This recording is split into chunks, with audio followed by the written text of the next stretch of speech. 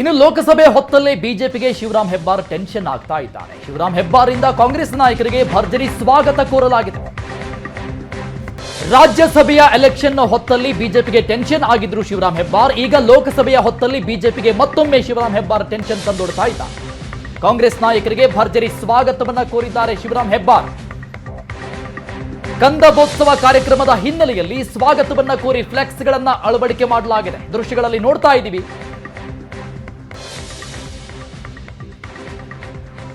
ದೊಡ್ಡದಾದಂತಹ ಫ್ಲೆಕ್ಸ್ಗಳನ್ನ ಹಾಕಿ ಕಾಂಗ್ರೆಸ್ ನಾಯಕರಿಗೆ ಸ್ವಾಗತವನ್ನ ಕೋರಿರುವಂತದ್ದಿದು. ಶಿವರಾಮ್ ಹೆಬ್ಬಾರ್ ಈ ಮೂಲಕವಾಗಿ ಬಿಜೆಪಿಗೆ ಮತ್ತೊಮ್ಮೆ ಟೆನ್ಷನ್ ತಂದಿಡ್ತಾ ಇದ್ದಾರೆ.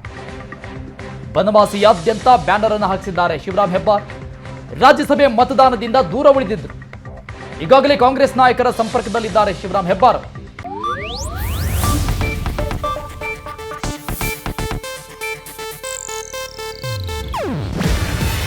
ಇದು ಏಷ್ಯಾನೆಟ್ ನ್ಯೂಸ್ ನೆಟ್ವರ್ಕ್ ಪ್ರಸ್ತುತಿ. ನೀವು ನೋಡ್ತಿದ್ದೀರಾ ಏಷ್ಯಾನೆಟ್ ಸುವರ್ಣ ನ್ಯೂಸ್.